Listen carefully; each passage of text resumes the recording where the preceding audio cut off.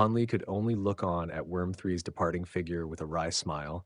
He took some time to closely examine the map of the Black Wind Sea, and he discovered that not only was he currently very far away from Red Moon Island, he wasn't particularly close to any of the islands on the map. Moments later, he stowed the map away, then set off in the direction of Darkvale Island as a streak of azure light. The wind blowing over the sea was carrying with it a slightly rank and salty smell, and after flying for tens of thousands of kilometers, Han Li removed the mask on his face and reverted back to his original appearance. He then gently exhaled as he slowed down in his flight, inspecting his surroundings as he flew along at a leisurely pace, and it was a rare moment of serenity for him. Even though the trip into the Infernal Frost Immortal Manor had been fraught with peril, his luck had been quite exceptional, and not only was he able to ultimately survive the ordeal completely unscathed, he had reaped many, many rewards to boot. His cultivation base had reached the mid-golden immortal stage, he had managed to manifest a large number of time law threads, and he had also attained a spirit domain. On top of that, his entire set of azure bamboo cloudswarm swords had undergone an incredible evolution, and even Jin Tong and his Essence Fire Raven had both become significantly more powerful than before. Additionally, he also had the storage tools of Xiao Jinhan, Feng Tiandu, and Gongshu Ju, and he was very much looking forward to going through the contents of those storage tools. Close to an hour later, a three-colored island that was around 10 to 15 kilometers in size appeared in Han Li's field of view down below. He immediately swept his spiritual sense over the island to find that it was completely devoid of human habitation, so he decided that this would be a good place to make a stop at. As he descended toward the island, he was able to catch a clearer glimpse of it. The eastern part of the island was filled with lush greenery, giving it a vibrant green color when viewed from afar, and the cries of apes and deers were ringing out incessantly from within. The central area of the island was slightly barren, with sections of yellow earth exposed, while the western side of the island was riddled with steep cliffs and mountain faces. As soon as Han Li descended onto the island, a burst of loud rustling instantly rang out from within the dense forest, and a flock of seabirds rose up from the greenery before flying away from the island. He found a patch of empty ground in the eastern part of the island where the sunlight filtered through the trees, and he sat down there with his legs crossed.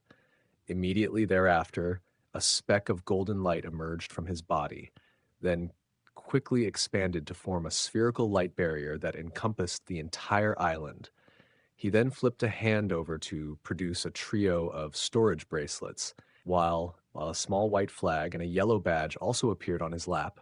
The flag bore the image of a sea of clouds with both beveled silver text and golden seal text runes embroidered within them, while the words Cloud Talisman were inscribed onto the shaft of the flag, and that was presumably the name of the treasure. This was a treasure of quite a high caliber, but there were no restrictions placed upon it, and Han Li was able to use it as he pleased after a brief stint of refinement. He injected his immortal spiritual power into the flag, and it immediately swelled drastically in size, forming a huge flag that was close to 20 feet tall.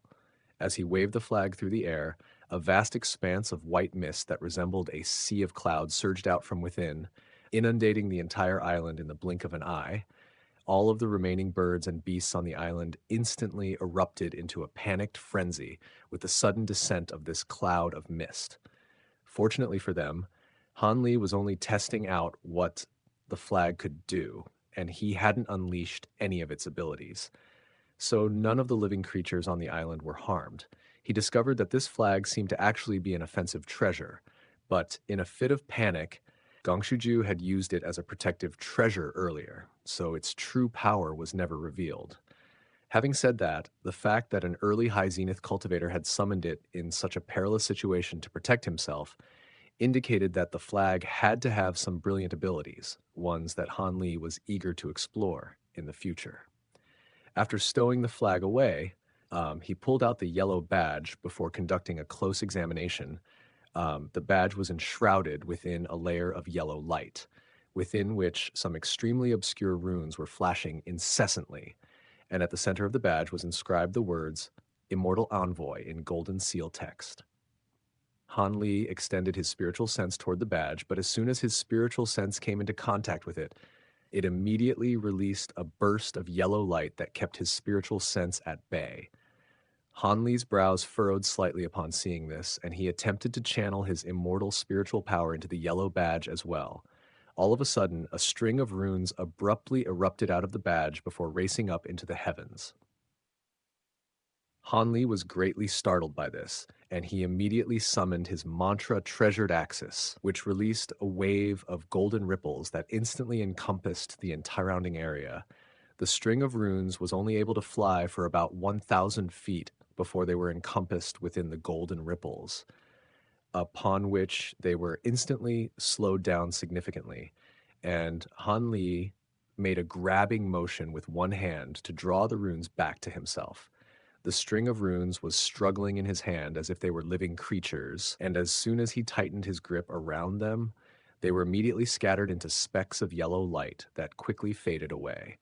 Han Li presumed that these runes had been released by some type of concealed restriction in the badge, which would be activated as soon as someone outside of Gongshu tried to use the badge.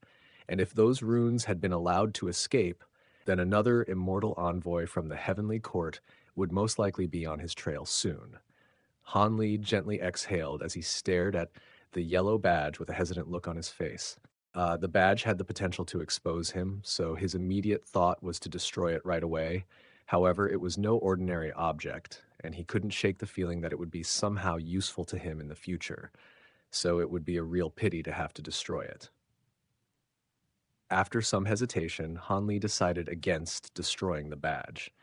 Instead, he placed some thorough seals on it before stowing it away. After that, he picked up Xiao Jinhan's storage bracelet, and after briefly refining it, he released all of its contents, which took up the entire clearing that he was in. Following a brief examination, Han Li discovered that there were over 30 treasures among the items, the most powerful ones of which were a set of 2 ice attribute swords and a small blue flag, both of which were Campiner. Acquired immortal treasures that were imbued with law powers. Aside from that, there were also several dozen vials of different pills, only a small number of which Han Li was able to identify, while the rest were completely unfamiliar to him.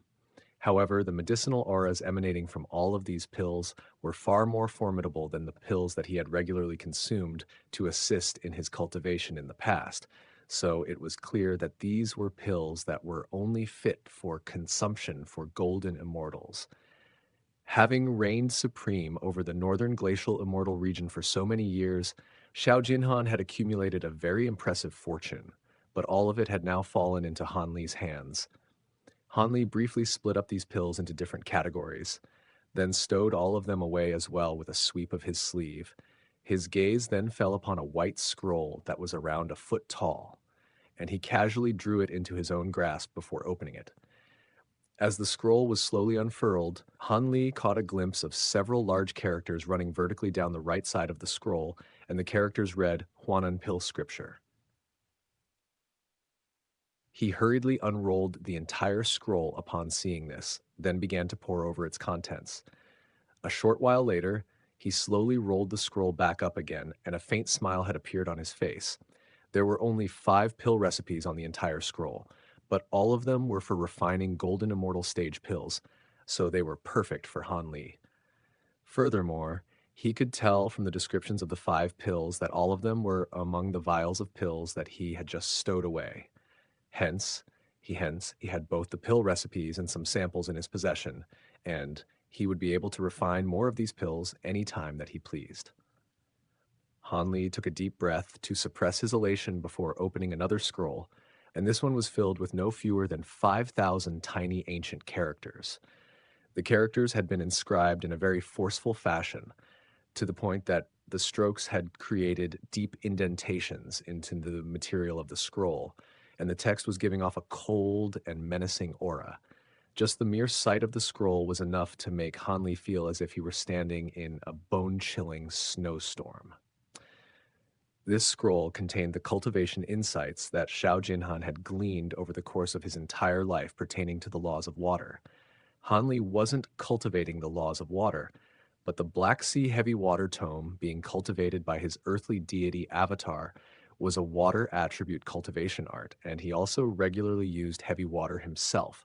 So he was quite familiar with concepts related to the laws of water. As such, he was able to determine that these insights were extremely valuable, and this scroll would be highly sought after among those cultivating the laws of water. After stowing the two scrolls away, Hanli turned his gaze to all of the spirit medicines and materials that littered the ground. A brief examination told him that all of these spirit medicines were very advanced in age, and they were most likely ingredients required to refine the golden immortal stage pills from earlier. As for the spirit materials, they were also all quite rare and precious, but most of them were ice attribute materials that weren't very useful for Han Li. Aside from those things, all that remained of Xiao Jinhan's belongings was a small mountain of immortal origin stones, which were shimmering radiantly under the light of the sun. He gleefully stowed all of these items away, then immediately moved on to the storage bracelet that had once belonged to Feng Tiandu. A burst of azure light swept over the ground, and the entire clearing was once again filled with items of all descriptions, among which were three acquired immortal treasures, namely a black bone saber that was around 2 feet in length, an inky black rectangular inkstone, and a sheet of paper that had a jade-like quality to it. After unraveling all of the restrictions placed upon them, Han Li refined all three treasures to an elementary extent. On each side of the black bone saber was engraved a crescent-shaped indentation, out of which faint wisps of baleful chi were emanating incessantly. In contrast with the bone saber, the rectangular inkstone appeared completely unremarkable in appearance. There was nothing inscribed upon it, and its only noteworthy feature was that its surface was riddled with irregular cracks. However, as soon as Han Li injected his immortal spiritual power into the inkstone, scorching black flames instantly surged out of those cracks. As for the sheet of jade-like paper, a beastly lion-like head was engraved onto one end, and following an injection of immortal spiritual power from Han Li, the head rapidly swelled in size to form an icy mountain that resembled a resting lion, and it seemed to possess formidable restrictive powers.